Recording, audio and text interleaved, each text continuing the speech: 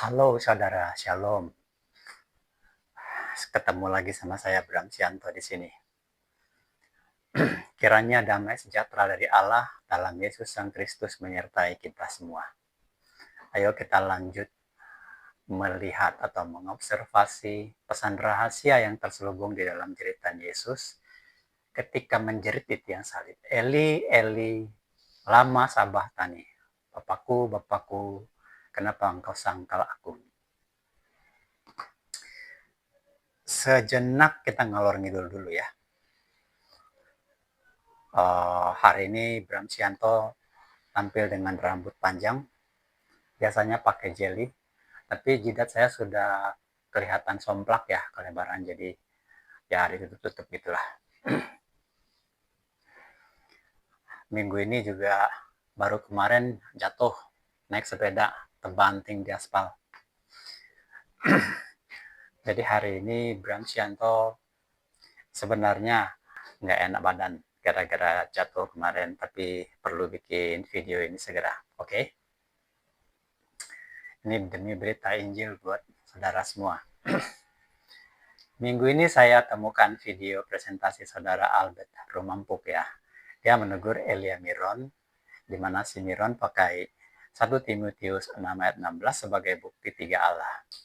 Sekaligus menjadikan ayat itu dasar untuk mengajari orang jangan mengaku Yesus sebagai Allah atau Bapa.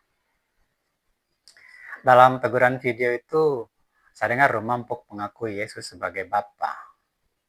Saya pikir kabar bagus nih. Jadi saya simak sampai selesai. Tapi saya simpulkan akhirnya, ternyata teologinya masih terbelenggu roh Tritunggal.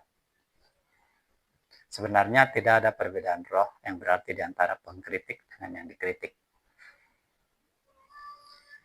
Oke, lalu saya temukan lagi video Dr.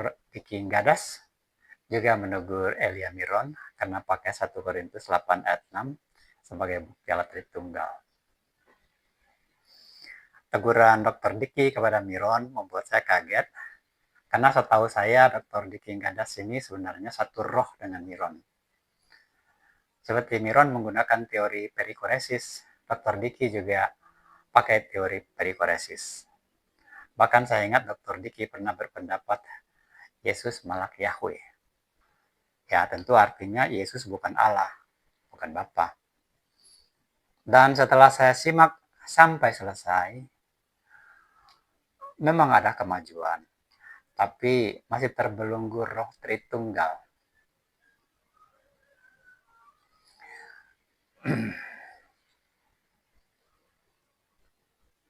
Oke, mungkin Anda bertanya apa itu roh Tritunggal. Ya, saya berkewajiban menjelaskan itu karena saya menyebutnya.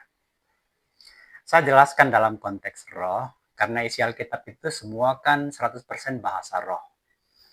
Karena Allah itu adalah roh, tentu Dia berbicara kepada kita di dalam roh dan melalui roh kita, pikiran kita. Kalau dulu Allah kan bicara melalui nabi, nabi bicara kepada kita. Kan sejak pencurahan Roh Kudus, Allah sudah bersedia bicara langsung kepada kita. Dia kirim rohnya, dia utus, bukan melalui nabi lagi. Jadi dia berbicara melalui roh. Ya tentu Yesus, karena Yesus sekarang roh. Kita tanya Yesus. Ketika kita bertanya kepada Yesus, kita bertanya Allah yang adalah roh. Ketika dia menjawab, tentu juga dengan roh. Oke, ini saya berikan sebagai cicilan karena di minggu yang lalu, di nomor 1, nomor 2, nomor 3 sudah saya bicarakan tentang roh. Tapi belum secara spesifik membicarakan Roh Kudus. Ini cicilan tentang pikiran dulu. Saya tambahkan begini.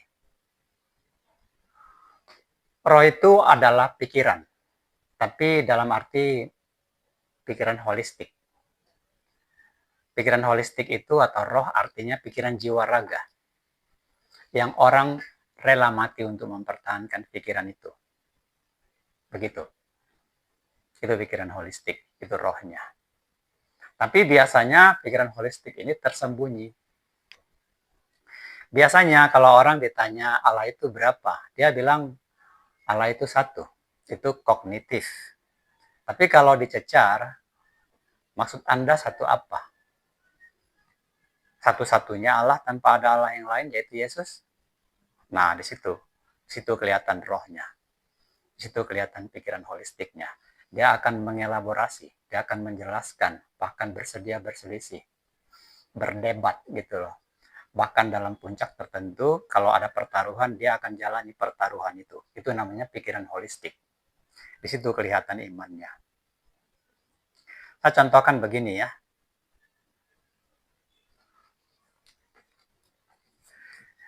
Di tangan saya ada sebuah buku. Ini bukunya berjudul uh, buku Alam Tritunggal nih. Buku ini ditulis oleh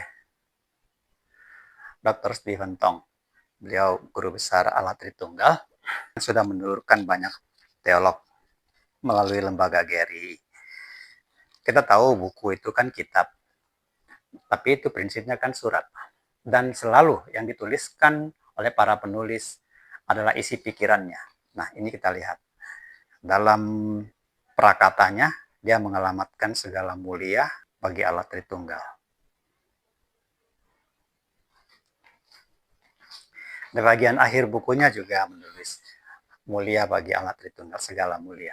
Dan itu saya dengar banyak pengajar sekarang mengakhiri doanya juga menutup doanya dengan segala mulia bagi Allah Tritunggal.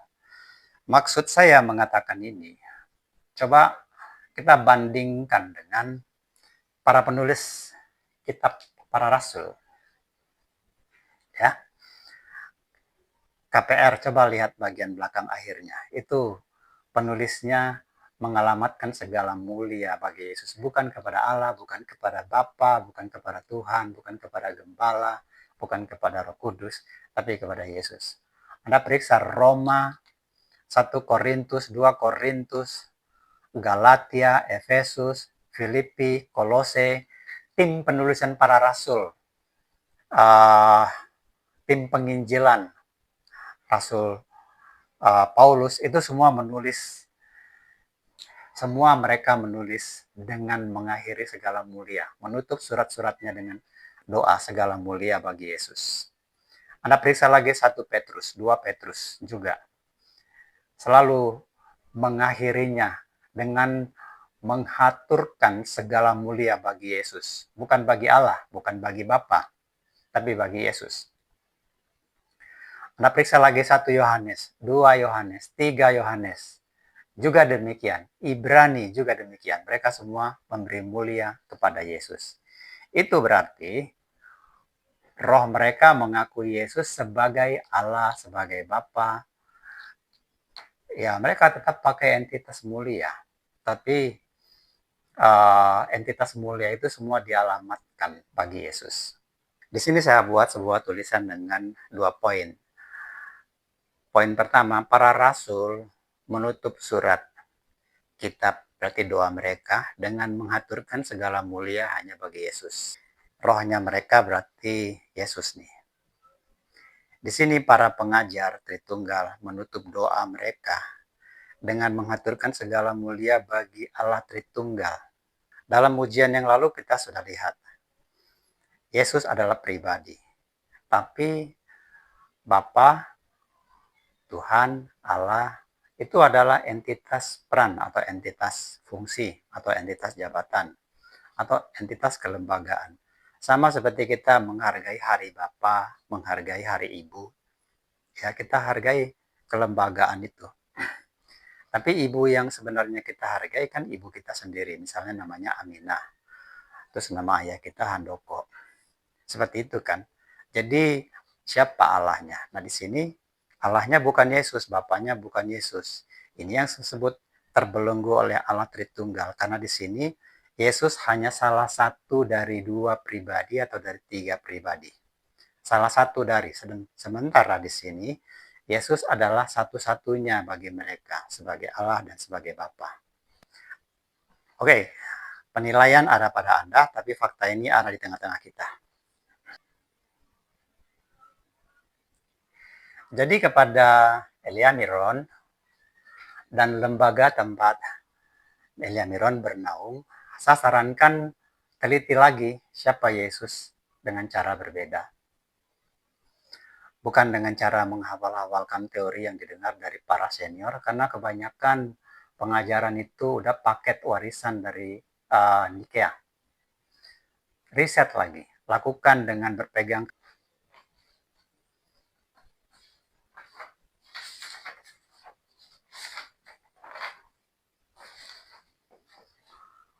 Ya, aku YHWH Allahmu.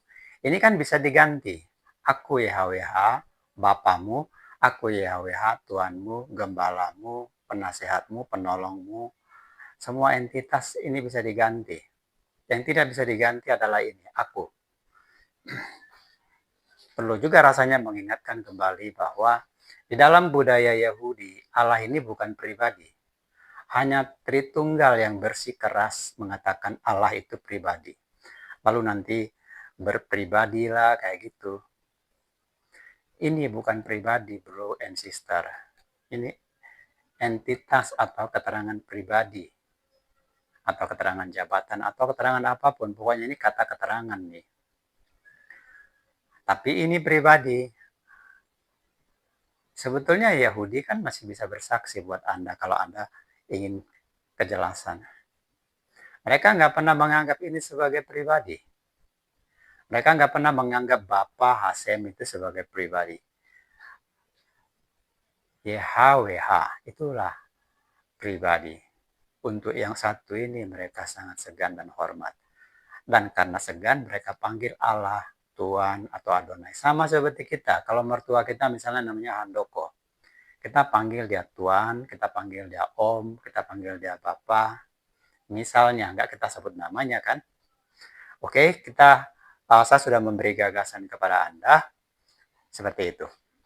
Saya mau sarankan kepada para teruna Kristen untuk melakukan pengujian. Pengujian itu jangan diharamkan, memurnikan juga jangan diharamkan karena itu nasihat para rasul. Juga nasihat Yesus sendiri untuk melakukan ujilah setiap doktrin. Jadi pernahkah Anda melakukan pengujian itu? Sebab bagaimanapun ya bro and sister, dan buat saudara Elia Miron, kalau Yesus bukan Bapa, itu berarti roh politeis. Duiteis, triteis itu politeis.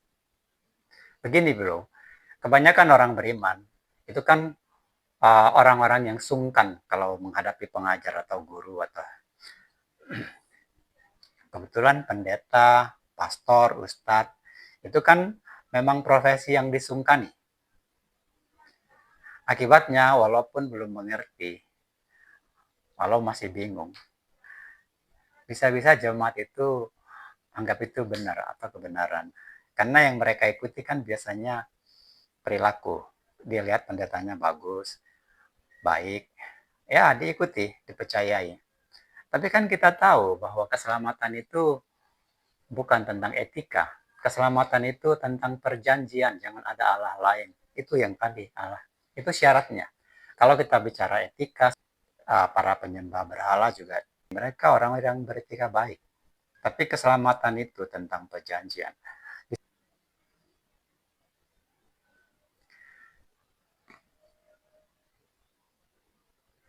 Jadi bro, karena Anda guru, Anda pengajar, tolong sadari Kristen itu monoteis. Ajaran Israel itu datang untuk melawan semua ajaran-ajaran politis yang ada di tanah Kanaan, di Mesir, yang ada di bangsa-bangsa. Jadi arti lahir baru itu sendiri adalah mengikuti Allah yang baru. Kita lahir baru itu maksudnya lahir dalam darah dan airnya Yesus ketuban. Itu sama dengan menjadikan Yesus sebagai Bapa kita. Tapi kalau Anda memang triteis, ya berterus terang aja. Bagaimanapun bila Anda berkata menyembah satu Allah, Anda ngaku satu Allah, tapi mengatakan Yesus bukan Allah, itu silat lidah. Fakta sebenarnya itu politeis, triteis itu. Saya tidak ragu mengatakan bahwa doktrin Tritunggal itu, kalaupun diakui sebagai doktrin monoteis, itu doktrin monoteis silat lidah. Berusaha meyakinkan orang bahwa ia monoteis, padahal sebenarnya politeis. Dan kepada Anda yang masih berpikir Yesus itu salah satu pribadi dari 3 pribadi, ini akibat indoktrinasi Tritunggal. Mari kita uji. Tugas kita semua menguji. Mari kita uji sekarang salah satunya melalui jeritan Yesus di tiang salib yang memanggil Bapa.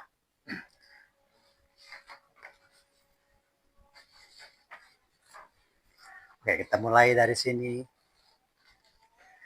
Kira-kira jam 3, berserulah Yesus. Eli, Eli, lama sabachthani. Allahku, Allahku, kenapa engkau sangkal aku?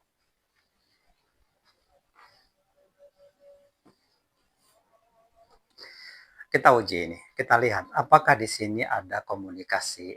Apakah ini duit tunggal atau tritunggal? Kita akan segera tahu. Ini kita uji dulu.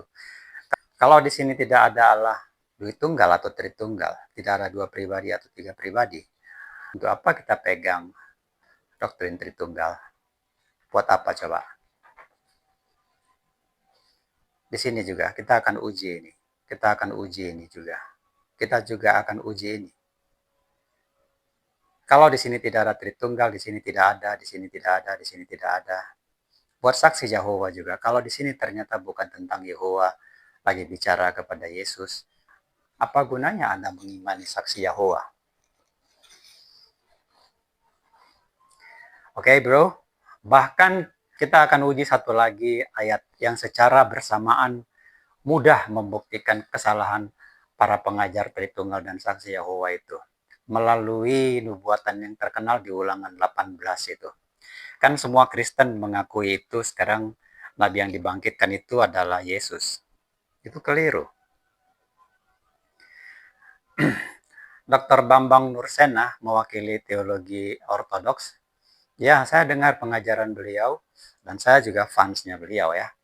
Salah satu yang saya suka ikuti untuk menambah pengetahuan gitu tentang sejarah.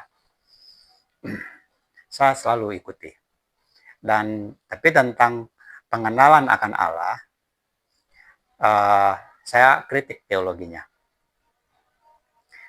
Jadi saya membawa nanti videonya kepada Anda di mana dia mengatakan bahwa Nabi yang dibangkitkan itu adalah Yesus. Lalu Pastor Joseph Ratzinger yang bergelar Benedictus 16, memang beliau sudah almarhum tapi belum lama kan, tentu dia sah ya mewakili doktrin Katolik. Nah, di sini saya bawa bukunya. Yesus dari Nazaret. 380 halaman buku ini. Di sini beliau menulis buku untuk menjelaskan bahwa Nabi yang dibangkitkan itu adalah Yesus. Maksud saya begini. Kalau ternyata bukan Yesus, maka mereka keliru kan mengenali siapa Yesus. Maka doktrin Tritunggal itu pun sangat layak ditinjau ulang. Tapi harap mengerti, saya tidak menguji intelektualitas orang. Saya tidak menguji dedikasi pelayanan orang, tapi menguji doktrin Tritunggal yang diajarkan. Ini pun saya lakukan dalam rangka mengikuti nasihat Yesus dan para rasul kepada kita, agar menguji setiap ajaran karena menyuruh kita waspada akan ajaran yang sesat. Toh akhirnya kita tahu yang kita butuh adalah keselamatan. Keselamatan kekal di kehidupan yang selanjutnya. Karena badan kita mati, kita nggak pernah mati. Cuman saja akan berakhir di 2 tempat, neraka atau sorga. Jadi ajaran yang berpotensi membuat kita ditolak Yesus harus dihindari. Oke, sudah selesai groundingnya. Sekarang kita mulai masuk ke menu utama. Saya baca sekali lagi. Oke, kita mulai dari sini. Kira-kira jam 3, berserulah Yesus. Eli, Eli, lama sabah tani. Allahku, Allahku, kenapa engkau sangkal aku?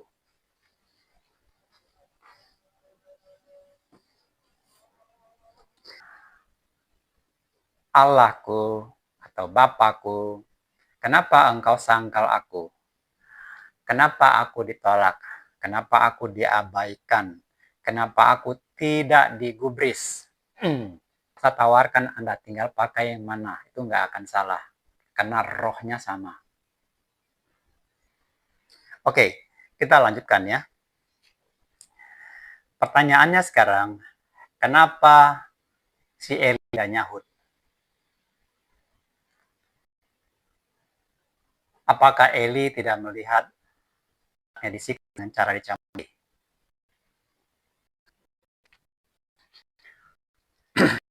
Apakah si Eli tidak melihat Yesus terseok bangun menghela kayu salib yang berat? Pasti ketimpa-timpa juga. Apakah tidak melihat Yesus digantung dengan cara dipaku dan menjerit minta tolong?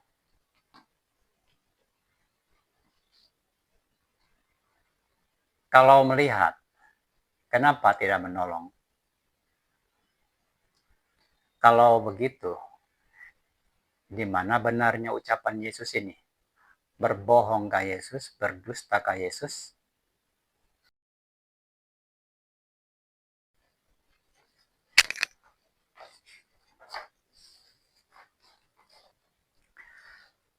Dia berkata begini, Bapa mana di antaramu?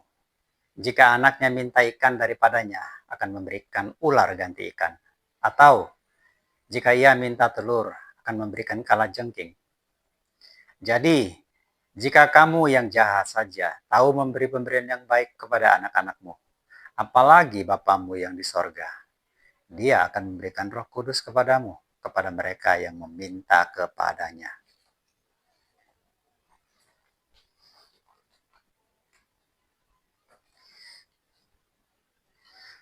Saya ajukan lagi pertanyaan kepada Anda. Apakah Yesus berdusta di sini? Promosi-promosi Bapak itu baik dan berkuasa, tapi giliran di testing ternyata tidak ada bukti. Kalau Bapak itu ada, tapi memang tidak mau tolong, ya tidak ada dasar juga buat kita perlu percaya kepada Bapak yang demikian. Maksud saya begini, anak minta tolong tapi ditolak. Seandainya Yesus itu pendosa, kita maklum, karena bisa kita sebut sebagai bagian daripada pendidikan. Dan seandainya Yesus itu tidak teriak minta tolong, kita maklum. Kita bisa artikan Yesus masih kuat. Tapi masalahnya, Yesus tidak berdosa. Dan Yesus telah berteriak menjerit-jerit minta tolong. Di dalam teriakan kenapa engkau sangkal aku itu, pasti ada harapan untuk ditolong. Gak mungkin dia bilang, kenapa aku ditinggalkan? Kenapa aku gak didengarkan? Terus terangnya itu jahat. Jahat itu, menyangkal anaknya dijahat. Apa kemungkinan lain? Apa kemungkinan lain, saudara? Kemungkinan lain adalah ini sama seperti kasus putra-putra Baal. Putra-putra Baal 450 orang. Teriak-teriak dari pagi sampai sore. Menore-nore badan. Memanggil, Bapak, Bapak, Baal, Baal. Tolong berikan api, berikan api, berikan api. Dari pagi sampai sore. Tidak ada jawaban dari bapaknya. Sampai diledekin sama Elia. Mungkin bapakmu masih tidur. Mungkin bapakmu masih mandi. Mungkin dia kecapean. Ayo panggil lagi gitu. Jadi apa pendapat Anda? Apakah Yesus ini berdusta? Atau apakah Anda akan ikut-ikutan menutup-nutupi ketidakmengertian ini dengan berkata, ya kalau bicara tentang Yesus dan Bapa jangan pakai logika lah gitu. Bro, bila Anda yakin Yesus itu suci, tidak berdosa, tidak berdusta, berarti kita harus tiba pada satu kesimpulan. Di situ memang ada teka-teki. Itu bukan pesan permukaan yang Anda pegang seperti itulah terjadinya. Itu pesan tersandi.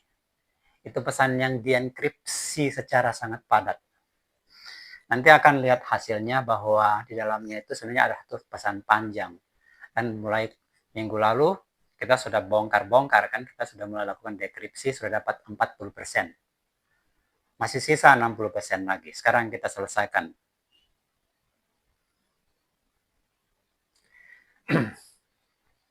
Jadi saya bawa kepada Anda kira-kira 4 atau 5 bahan dekripsi. Yang pertama saya bawa adalah kita bacakan dari Kisah Para Rasul 5 ayat 34 sampai 39. Tapi seorang Farisi dalam mahkamah agama bernama Gamaliel, seorang ahli Taurat yang sangat dihormati oleh orang banyak, bangkit dan berkata, "Dahulu telah muncul si Teudas yang mengaku diri seorang istimewa." Istimewa itu maksudnya diurapi, Mesias. Kita lanjutkan. Dan dia mempunyai kira-kira 400 orang pengikut. Tapi ia dibunuh. Cerai-berailah pengikut itu. Dan lenyap. Jadi biarkanlah orang ini. Nanti ternyata orang ini motivasi sama seperti itu, mereka juga akan lenyap. Itu ringkasan di ayat berikutnya. Kalau selengkap ayat berikutnya, Anda baca saja. Saya singkat di sini supaya panjang. Karena yang saya mau bahas ayat itu, yang saya ambil dari ayat itu adalah fakta tentang ternyata ada Mesias palsu. Ada orang istimewa palsu. Jadi bila ada Mesias palsu, tentu ada Mesias asli.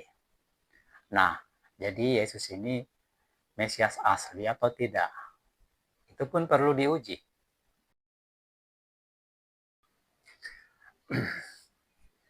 Baiklah, brother and sister. Sekarang kita masuk untuk memeriksa item nubuatnya. Anda harus beri perhatian karena memeriksa item nubuat itu sesuatu yang agak bikin bosan. Nggak begitu menarik, tapi sangat penting supaya tidak kehilangan intisari pesan dari Yesus di tiang salib.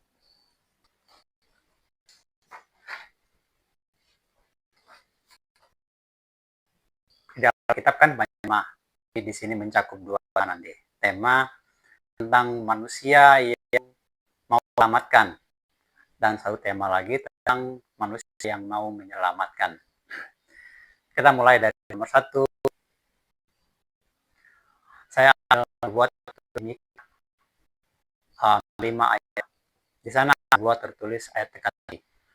Misalkan, engkau hai Bethlehem Efratah yang kecil di antara kaum, daripadamu akan bangkit seorang yang memerintah Israel, yang eksistensinya ada sejak purbakala.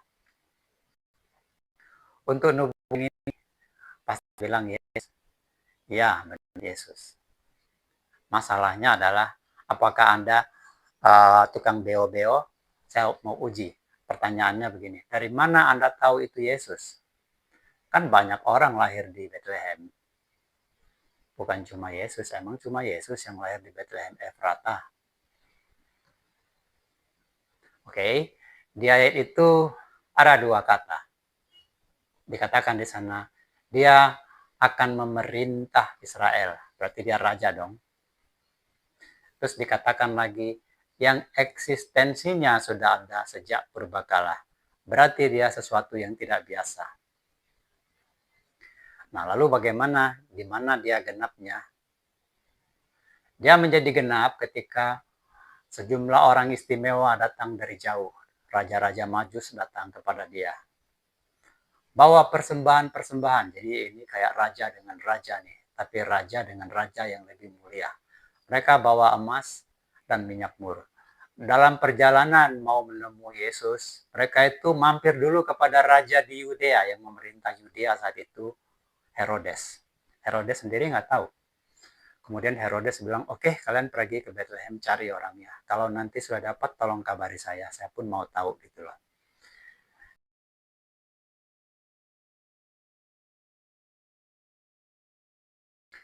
Akhirnya orang Majus itu pergi ke Bethlehem Efratah, ketemu Maria Yosef mempersembahkan emas dan mur. Kemudian mereka pulang ke negerinya, tidak melalui Yerusalem lagi, tidak mampir ke Herodes. Oke, satu ya. Genap ini. Jadi raja memuliakan raja. Oke, jadi orang mulia itu memang Yesus. Yang kedua, Yeremia 31 ayat 15. Di situ ada sebuah nubuat tertulis. Akan ada ratap tangis karena anak-anak mati dibunuh di seputar Bethlehem. Dikatakan ada ratap tangis di Rama. Itu kan di sekitar di wilayah Yudea. Jadi ternyata setelah dia tidak menerima kabar apapun dari orang Majus, dia berinisiatif mencari bayi yang baru lahir itu dan mau membunuh. Maka dia mengeluarkan satu perintah, membunuh semua bayi berumur 2 tahun ke bawah, memastikan Raja Israel yang baru lahir itu mati. Maka dibunuhlah bayi. Tapi Yesus selamat karena sudah dibawa sama orang tuanya ke Mesir. Oke, yang ketiga, Yesus dibawa ke Mesir. Kemudian hari, seorang malaikat datang kepada Yosef memberitahu, Herodes yang mencarimu dan mau membunuh Yesus sudah mati. Kira-kira gitu. Dengan kondisi itu, lalu Yosef dan Maria kembali dari Mesir, pulang ke wilayah Israel. Nah, ternyata perginya mereka ke Mesir dan kembalinya dari Mesir, ini juga menggenapi nubuat yang tertulis di Hosea 11 ayat 1. Di sana ada sebuah tertulis begini, dari Mesir kupanggil anakku. Genap di dalam diri Yesus. Yang keempat, di Matius 7 ayat 23. Sekembali dari Mesir, mereka tinggal di Nazaret. Nah, ternyata ini juga menggenapi nubuat yang tertulis di kitab para nabi, bahwa dia akan disebut orang Nazaret.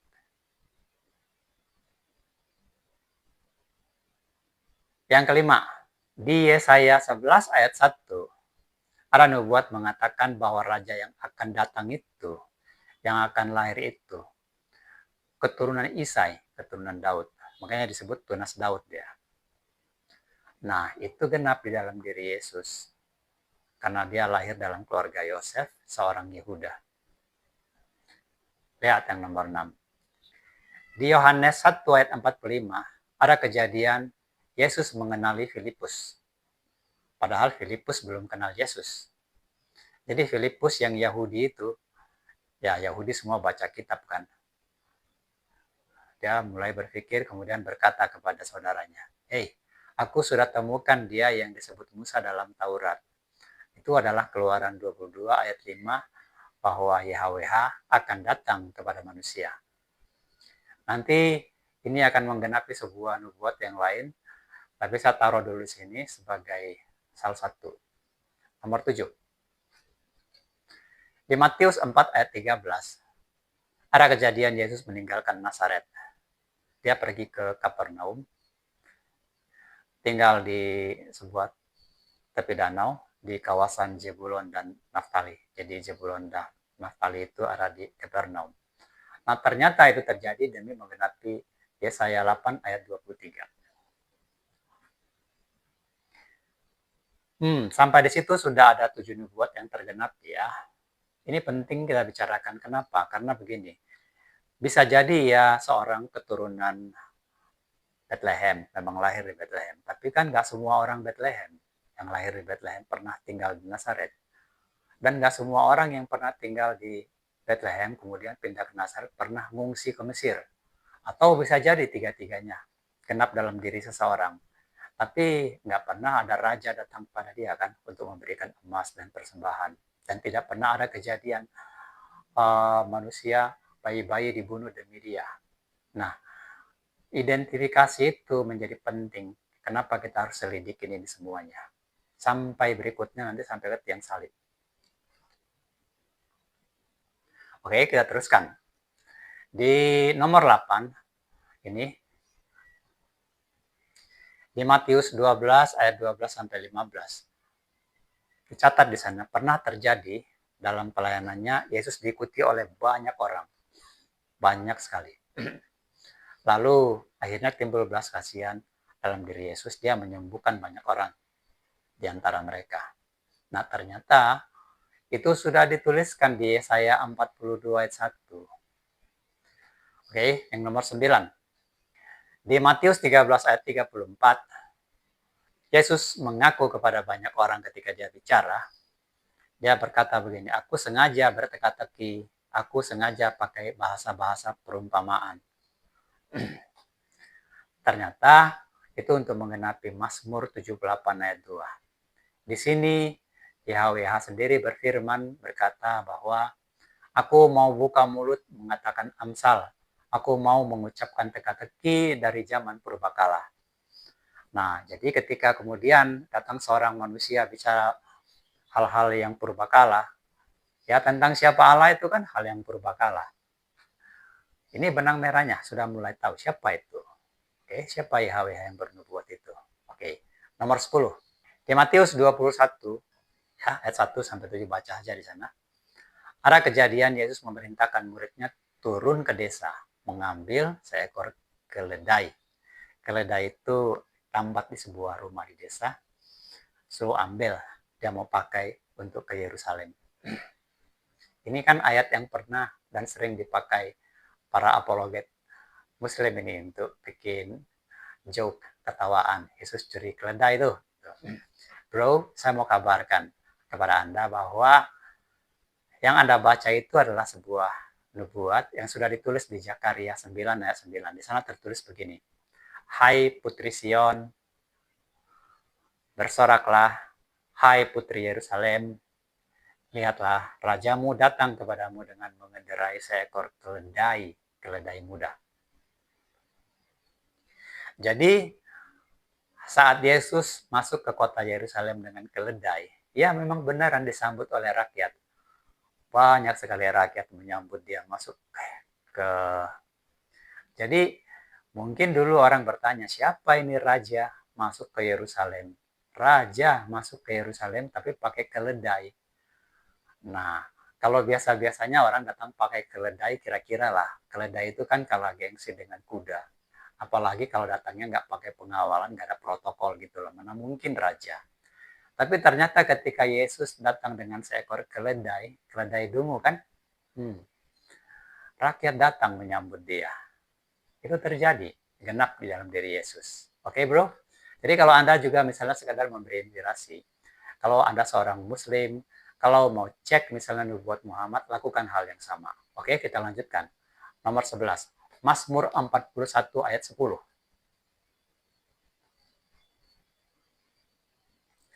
Di situ ada tertulis sebuah nubuat begini, teka-teki begini. Sahabat karibku yang kupercayai, yang makan rotiku telah mengangkat tumitnya terhadap aku. Ya, gitu ya. Nah, waktu itu belum terjadi, tentu orang belum tahu maksudnya apa. Lalu terjadilah itu kepada diri Yesus dikhianati oleh Yudas. Maka kita tahu bahwa nubuat itu sudah digenapi oleh Yesus dan memang dibuat untuk kita mengenali siapa Mesias yang akan datang itu. Oke, nomor 12. Di Yohanes 19 ayat 34, di situ dicatat, lambung Yesus ditikam dengan tombak hingga keluar air dan darah. Di sini. Ternyata itu pun terjadi demi menggenapi nubuat. Terjadinya semua demi menggenapi nubuat atau Yesusnya yang melakukannya untuk menggenapi nubuat. Di sini telah tertulis nubuat, satu tulang pun tidak boleh kamu patahkan. Di bilangan sini juga, di Mazmur juga ada tentang itu. Maksudnya begini loh, Yesus itu kan disiksa, separah-parahnya disiksa. Dicambukin gitu loh. Jadi berjalan jauh. Jatuh bangun dong mengangkat kayu salib. Ketimpa pasti. Lalu kemudian setelah di kayu salib, ditombak lagi, bukan ditikam pakai belati loh, ditombak lambungnya, tapi nggak ada tulang yang patah. Nah itu genap di dalam diri Yesus. Banyak orang yang disiksa, Kan bukan cuma Yesus yang disiksa di masa itu. Tapi kalau seseorang disiksa, biasanya udah pasti matilah, patah tulang-tulangnya. Nah, Yesus tidak ada patah tulangnya. Oke, nomor 14 ini kita pass aja. Kita langsung ke nomor 15 ini. Mazmur 22 ayat 2. Karena Anda sudah mengerti maksudnya, saya bisa langsung ke sini.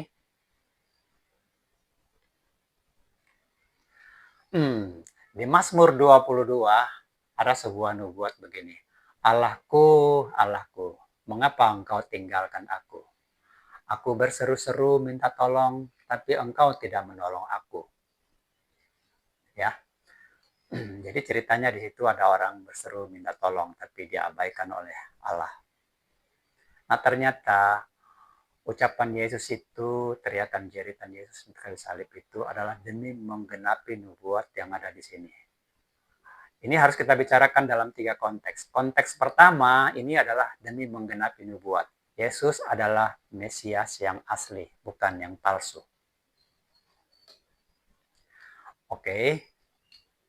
Di sisi lain, kita juga menyadari dari nubuat itu bahwa jeritan Yesus bukan dalam konteks dia minta tolong untuk keselamatan dirinya, tapi menggenapi nubuat tentang orang yang minta tolong, yang menjerit minta tolong. Artinya begini loh, ada orang menjerit minta tolong tapi tidak digubris gitu maksudnya di sini. Jadi pertanyaan relevan di sini sebenarnya konteksnya lagi maju kita, siapakah orang yang menjerit minta tolong tapi tidak ditolong itu? Itu pertanyaannya. Kenapa pertanyaan tentang Mazmur 22 ayat 2 itu penting kita tanyakan? Ya, itu penting jawabnya karena begini. Tema nubuat di dalam Alkitab itu banyak. Termasuk diantaranya tentang manusia yang akan diselamatkan. Itu kan sebuah tema yang harus kita kaitkan di sini. Dan ada juga tema tentang seorang manusia akan datang menyelamatkan manusia. Jadi cerita tentang seorang manusia istimewa menyelamatkan seluruh manusia yang terancam.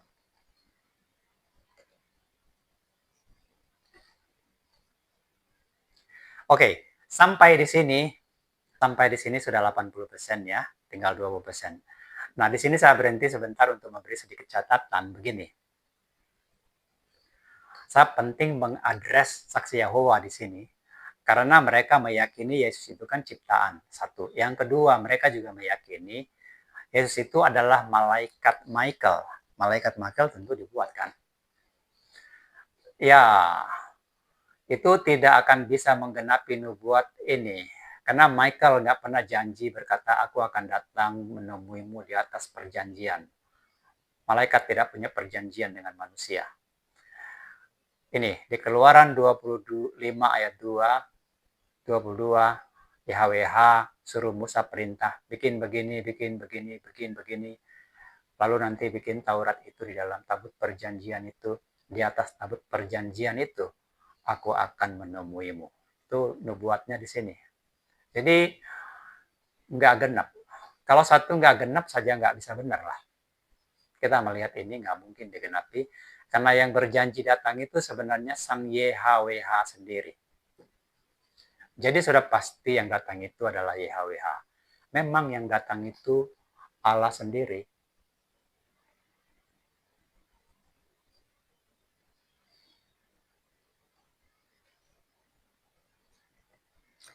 Oke bro and sister, sekarang sisa 20% lagi ya. Kita lanjutkan sekarang. Jadi manakah nubuat yang memberitahu bahwa jeritan minta tolong Yesus justru memberitahu bahwa Yesus itu adalah Allah alias Bapa.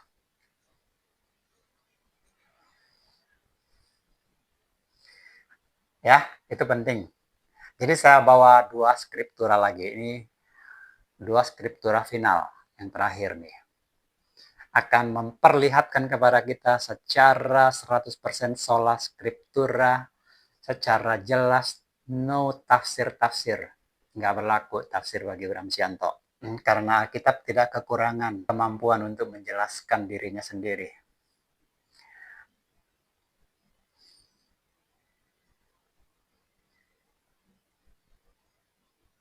Oke, skriptura pertama yang saya bawa kepada Anda adalah ini.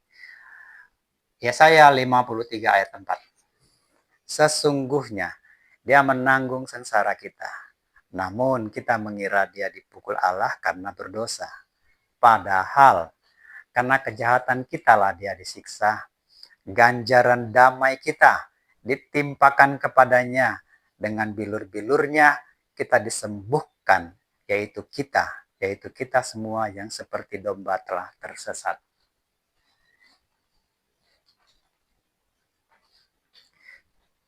Oke, ini ayat yang semua orang tahu kan, tapi saya perlu beri catatan kepada Anda di sini.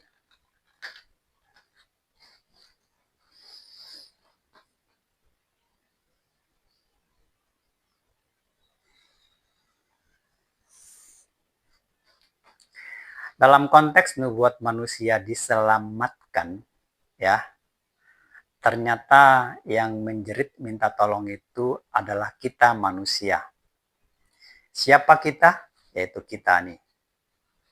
Domba yang tersesat inilah yang minta tolong, karena pasti dibinasakan.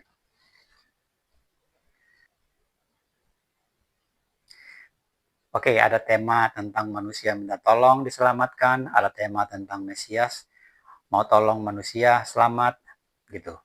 Jadi dengan memahami itu, maka menjadi jelas bahwa jeritan Yesus bukanlah permintaan tolong bagi dirinya, tapi manusia menjerit minta tolong. Fakta yang mau dikemukakan di sini adalah di tiang salib sebenarnya ada manusia yang menjerit minta tolong. Tapi dia abaikan, itu fakta yang mau disampaikan di jeritan Yesus di tiang salib itu, dan inilah skriptura yang menunjukkan itu. Bukan Yesus sebenarnya, tapi kitalah yang menjerit, kitalah yang dipukuli itu nanti. Kitalah yang akan minta tolong itu memanggil Bapa, tapi kita akan diabaikan.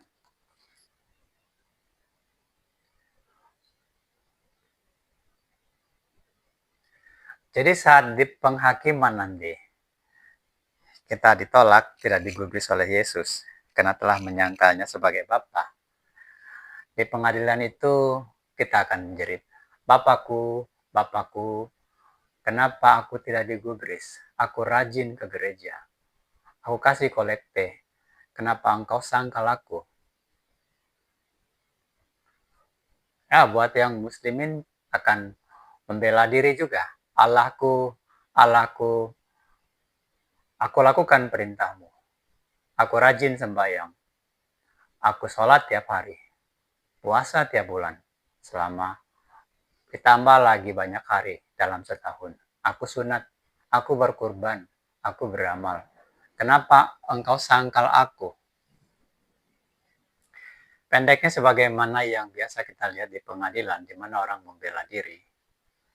Maka kita juga akan membela diri dengan menyebutkan semua kebaikan kita atau semua hal-hal yang sudah kita lakukan demi mematuhi perintah Allah. Tapi semua itu dianggap tidak ada. Kenapa dianggap tidak ada? Ya tentu karena sudah menyangkal Allah, telah menyangkal Bapa. Kita disuruh datang kepada Allah, kita tidak mau datang kepada Allah. Kita datangnya kepada Allah yang tidak kita kenal.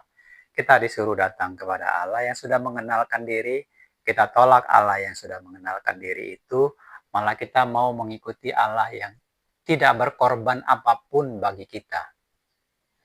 Kita beralasan Allah itu adalah pencipta, yes. Tapi Allah yang kita sebut pencipta itu kita tidak kenal. Dan tidak pernah berkorban apapun. Tidak pernah juga memberikan perhatiannya kepada kita pun. Tapi Yesus telah datang memberikan perhatiannya. Telah datang mengetengahkan dirinya, mengenalkan dirinya. Tapi kita malah ledekin dia. Pasti ditolak. Saya melihat satu pesan tersandi di kitab Musa yang kita akan hadapi beberapa nomor di depan, bahwa orang-orang beriman juga ditolak. yang menyangkal Yesus. Iman kita dianggap tidak ada. Menyakitkan, tapi itu faktanya.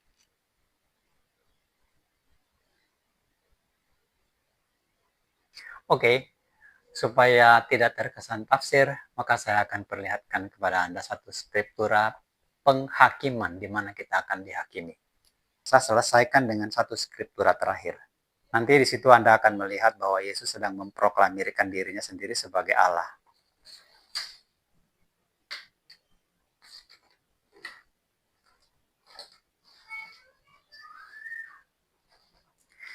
Sebelum saya bacakan ini, pertanyaan relevan kepada Anda adalah, kenapa kita menjerit, tapi Bapa tidak mau tolong? Karena tadi sudah dikatakan di Mazmur 22, memang manusia itu menjerit, minta tolong, tapi diabaikan. Oke, saya bacakan ini kepada Anda. Pada hari terakhir yang saya kasih merah ini adalah penghakiman, tapi saya bacakan dulu. Pada hari terakhir, banyak orang berseru kepadaku, Tuhan, Tuhan, bukankah kami bernubuat demi namamu, mengusir setan demi namamu, dan mengadakan mukjizat demi namamu?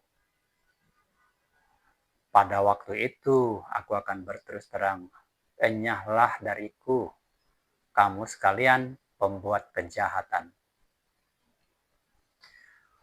Dan supaya Anda jangan bertanya, itu kan kehendak Bapak. Oke, ayat 20-nya. Tapi karena saya membacanya dalam konsep kriptografi, saya taruh di bawah, nanti kita akan lihat ini.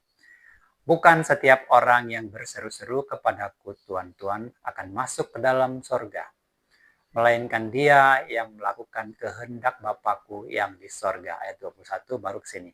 Pada hari terakhir, oke? Ini kita akan bahas. Kita akan dekripsi nanti. Ini semua pesan tersandi ini. Pesan padat sebenarnya. Oke, saya jelaskan. Pada hari terakhir, ini kan tentang penghakiman ini. Oke, banyak orang berseru kepadaku, Tuhan, Tuhan, bukankah kami bernubuat demi namamu, mengusir setan demi namamu, dan mengadakan mukjizat demi namamu? Nah, siapakah ini? Mereka ini adalah orang Kristen. Pasti ini Kristen. Tapi Yesus bilang, enyah kalian, pembuat kejahatan. Artinya, penyulut atau penyebab menjadi ada kejahatan. Nah, ini pengajar ini, peringatan ini tertuju lebih besar kepada pengajar. Yang paling bersalah adalah si pembuat kejahatan. Ini pasti guru-guru ini kebanyakan nih. Oke.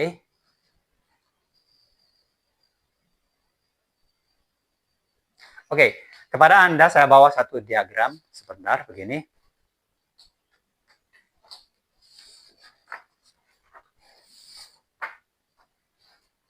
Sebelum saya jelaskan yang 10% lagi tadi, tapi sudah saya berikan skripturanya, saya bawakan ini dulu kepada Anda. Supaya Anda melihat di mana Yesus menjelaskan dirinya sebagai Allah. Di sini saya bawa sebuah diagram. Anggaplah ini saya temukan entah di mana gitu loh. Lalu kemudian,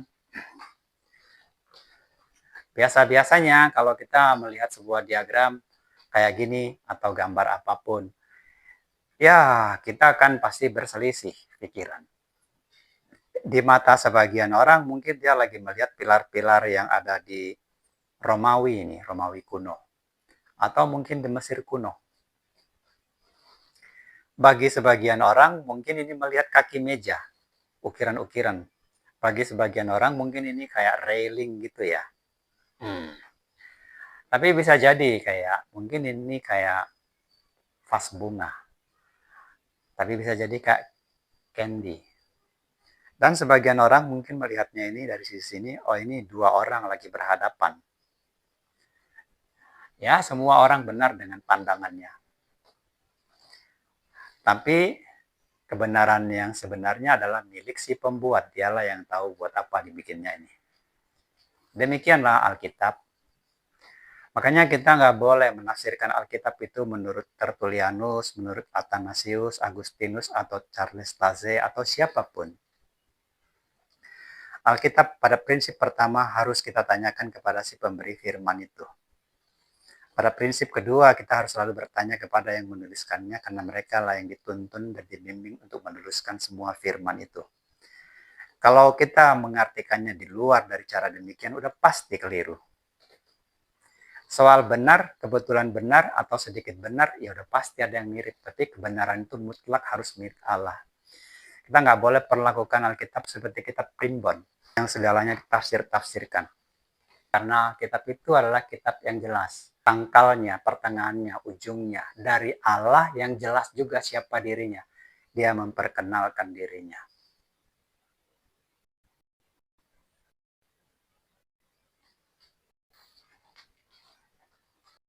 Jadi sementara Anda berpikir, ini Yesus sedang berteriak memanggil Bapaknya. Sebenarnya Yesuslah yang tahu. Dialah yang harus menjelaskan apa itu. Oke, tadi sebagian kita sudah tahu maksudnya. Sekarang finalnya kita mau lihat siapa Allah itu. Pertama, kita teringat dulu. Ya, disitulah sebenarnya Yesus sedang memberitahu dirinya Allah atau Bapa. Kenapa? Karena jauh sebelumnya Allah alias si Bapa itu sudah memberitahu bahwa dirinya adalah hakim seluruh manusia. Dia berkata, penghakiman adalah hakku. Daud dalam Mazmurnya mengatakan, ya Allah, engkaulah hakim atas seluruh manusia. Di perjanjian lama Anda boleh temukan bahwa penghakiman itu adalah haknya Allah. Oke? Nah, di ayat yang baru kita lihat tadi, ternyata yang menjadi hakim yang menolak untuk masuk surga adalah Yesus. Di situ kita menemukan satu dengan perhitungan substitusi matematika. Kalau A sama dengan B, B sama dengan C, berarti C sama dengan A, itu matematika. Jadi Allah berkata, akulah hakim, baru kemudian terjadi penghakiman. Di penghakiman ternyata munculnya Yesus, berarti Yesus itu adalah Sang Allah yang mengatakan dirinya adalah hakim atas seluruh manusia. Oke? Satu. Yang kedua, mari kita sadari, saat Yesus digantung, dia bukan hakim. Sesuai nubuat, kan nubuat kedatangannya bukan sebagai hakim. Nubuat kedatangannya adalah sebagai Mesias. Mesias itu adalah manusia istimewa. Yang datang memang murni manusia. Ya, dia tetap power, dia kuasa. Ya, buktinya dia bisa kasih makan 5.000 orang dengan 5 roti. Dia bisa menyembuhkan. Dia bisa menyembuhkan orang sakit. Dia bisa hidupkan orang mati. Itu kan power. Dimanapun dia berada, dia adalah power. Karena dia itu adalah kuasa. Yesus itu adalah kuasa. He is power himself. Dia adalah kuasa itu sendiri. Dan dia adalah waktu itu sendiri. Tapi ketika datang, dia tidak datang dalam peran itu. Dia tidak dalam peran sebagai hakim atau untuk menghakimi dunia. Dia kan sudah katakan, aku datang bukan untuk menghakimi, tapi untuk menyelamatkan. Jadi kalau orang Tritunggal menolak entitas peran, keliru total. Sudah berkali-kali kita jelaskan. Dan hari ini akan tambah lagi satu penderitaan buat teologi Tritunggal. Dan besok akan muncul lagi. Kita akan buktikan Tritunggal itu keliru semuanya. Totally keliru, bro. Oke, kita selesaikan nih. Dia tidak datang sebagai hakim. Dia tidak datang sebagai Allah. Dia datang sebagai Mesias. Maka Yesus yang disalib itu adalah Yesus dalam peran atau entitas peran Mesias menyelamatkan manusia. Dari mana? dari penghakiman yang dikatakan akan terjadi tadi pada hari nanti, atau nanti pada hari penghakiman akan banyak kutolak. Ya sekarang memang Mesias menjalaninya untuk kita. Sekarang Mesias menjalaninya untuk kita. Tapi nanti setiap kita akan menjalaninya sendiri. Oke, clean and clear bahwa yang minta tolong itu bukan Yesus, tapi kita manusia dalam diperankan oleh Mesias. Jadi kembali ke tagline, ini kan tagline-nya begini.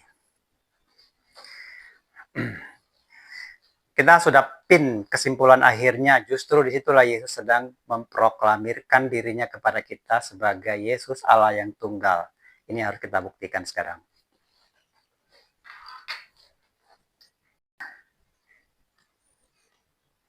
Jadi, di manakah Yesus sedang memberitahu dirinya adalah Allah yang tunggal?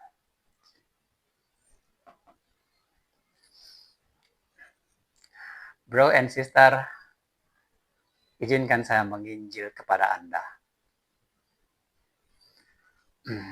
Fakta kenyataan bahwa Anda sekarang bertritunggal, berdiri tunggal, karena belum pernah dengar kabar ini.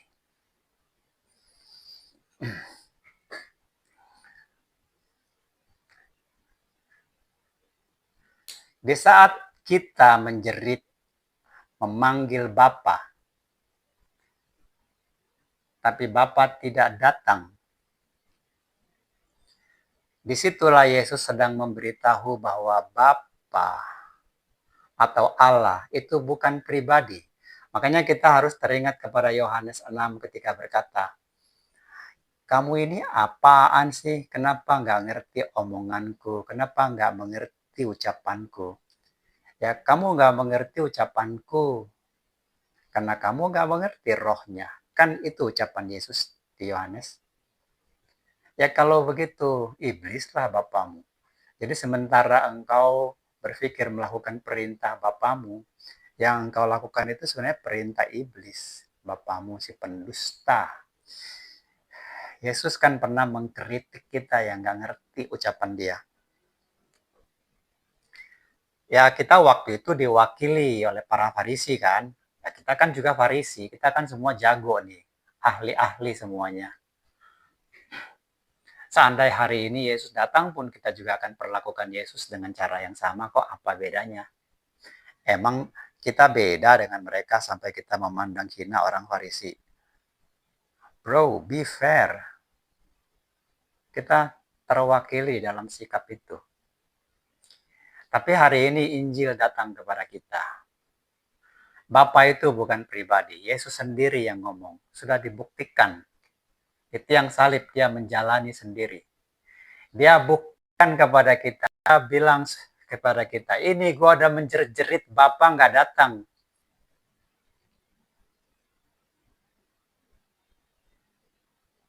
Ya tentu tidak bisa bicara, karena Allah itu kan bukan pribadi. Sudah berkali-kali kita buktikan. Maka teologi Tritunggal itu keliru lah. Selalu bersikeras mengatakan tiga pribadi, Allah itu adalah pribadi, lalu dia membuat pribadi kedua, pribadi ketiga, itu keliru. Oke, yang kedua.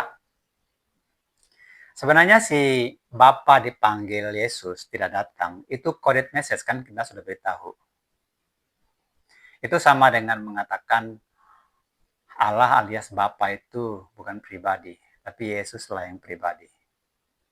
Tapi Yesus akan menyangkal Anda nanti pada hari penghakiman itu.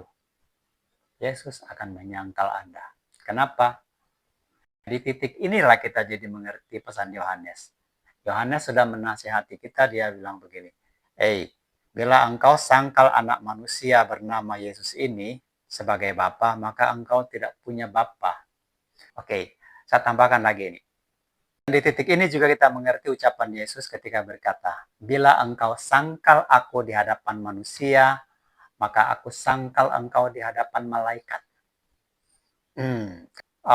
Sudah 100% ya. Saya cuma perlu kasih elaborasi sedikit.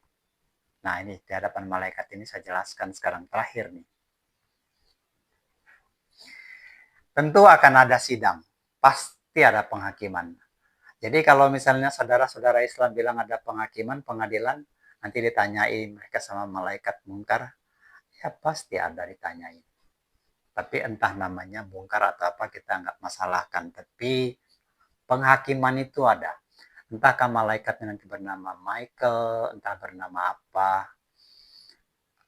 Kita nggak usah sok tahu lah tentang gitu. Karena terlalu banyak orang selalu berfokus kepada mau benar, dia yang benar, harus Michael, harus ini. Padahal kan kita harus skriptura. Kalau nggak ada gitu jangan nebak-nebak dong. Oke, prinsipnya penghakiman itu ada. Yang dihakimi itu pertama gereja. Begitu kita mati langsung dihakimi. Penghakiman tentang hari kebangkitan itu tema yang lain. Jadi ada dua penghakiman. Masanya berbeda. Ketika Yehowa nanti ditanya, saksi Yehowa, siapa Tuhan dan Allahmu? Saksi Yehowa tentu berkata, Tuhanku Yesus, Allahku Yehowa. Hakim akan tanya lagi, siapa itu Yehowa? Nabi mana yang pernah beritakan Yehowa? Terpaksa jujur menjawab, saya ikuti Charles Taze, Pak Hakim. Hakim jadi tahu, nah kamu sudah dengar. Aku kirim Gabriel untuk memberitakan nama. Yang harus diberitakan di dunia ini adalah nama Yesus. Aku kirim Paulus untuk memberitahu bahwa nama yang harus diberitakan di dunia ini adalah nama Yesus. Tapi kau beritakan nama Yehowa. Nah, di situ tentu saksi Yehowa mengerti, ditolak. Ini agak melawak dulu sedikit ya, bro. Saya nggak pandai ngelawak, tapi saya di bagian ini mau ngelawak-lawak dulu. Gini ya. Ketika kita yang jemaat Tritunggal dihakimi, pasti juga akan menjawab, Tuhanku Yesus, Allahku Tritunggal Maha Kudus. Pertanyaan ini pasti muncul, bro. Nggak mungkin nggak muncul. Kenapa? Karena Yesus sudah tanyakan dulu, dia bilang, bagi kamu, aku ini siapa? Itu pertanyaan abadi yang harus Anda jawab. Nggak mungkin. Kalau nggak Anda akui dia sebagai Allah dan Tuhan. No way. No way. Nggak bisa Anda. Nggak ada alasannya diterima sama Yesus. Pertanyaan itu harus Anda jawab. Dan jawaban Anda menentukan. Nah ini dia kasusnya. Jadi walaupun saya mengaku melawak, tapi nggak ngelawak yang nggak ada gitu. Memang ada dasar skripturanya. Terpaksa kita jawab, Tuhanku Yesus, Allahku, Tritunggal Maha Kudus. Hakim tanya, apa itu Tritunggal Maha Kudus? Anda menjawab, Allah Bapa, Allah Putra, dan Allah Roh Kudus. Hakim tanya lagi, siapa itu Allah Bapa? Anda akan jawab, Bapaknya Yesus. Siapa itu Roh Kudus? Allah Roh Kudus. Dia Allah ketiga yang membuat Bunda Maria hamil. Hakim akan tanya lagi, dari mana Anda tahu? Anda akan membela diri. Ada tertulis di Matius 1 ayat 18. Benar jawaban Anda. Tapi kan Yesus akan tagih lagi. Hakim bilang, apa kamu belum periksa siapa Roh Kudus di kitab Musa? Di Yohanes 5 ayat 46. Aku suruh kalian pergi ke kitab Musa. Terus kita bilang, saya mengikuti konsili Nikea. Nah, jadi Anda tahu kan alasan kenapa ditolak? Oke bro, ini metafora. Mengenai kehendak Bapa, supaya nggak kepanjangan, saya jawab di video yang berikutnya.